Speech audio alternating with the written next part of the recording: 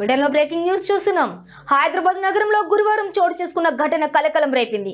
Kachiguda railway track మధ్యలో గుర్తు తెలియని వ్యక్తి ఓ కారు నిలిపివేయడంతో అధికారులు ఒక్కసారిగా అప్రమత్తమయ్యారు.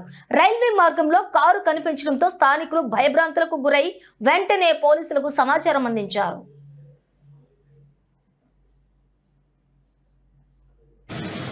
సమాచారం అందుకున్న వెంటనే కాచిగూడ పోలీసులు రైల్వే సెక్యూరిటీ సిబ్బంది సంఘటన స్థలానికి చేరుకుని పరిస్థితిని పరిశీలించారు. రైల్వే ట్రాక్ పై నిలిచిన కారును అక్కడి నుంచి తొలగించేందుకు చర్యలు ప్రారంభించారు. ఏవైనా అనుమానాస్పద వస్తువులు ఉన్నాయేమోనని బాంబ్ స్క్వాడ్, డాగ్ స్క్వాడ్లను పిలిపించి విస్తృతంగా తనిఖీలు నిర్వహించారు. సుమారుగా గంట పాటు రైల్వే ట్రాక్ పరిసర ప్రాంతాల్లో కఠిన భద్రతా చర్యలు అమలు చేశారు.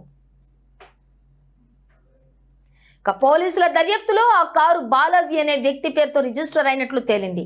అయితే బాలాజీ బుధవారం తన కారును రెంట్కి ఇచ్చినట్లుగా వెల్లడించారు. ఈ నేపథ్యంలో పోలీసులు మరింత లోతుగా విచారణ జరిపి కారు నడిపిన వ్యక్తిని గుర్తించారు.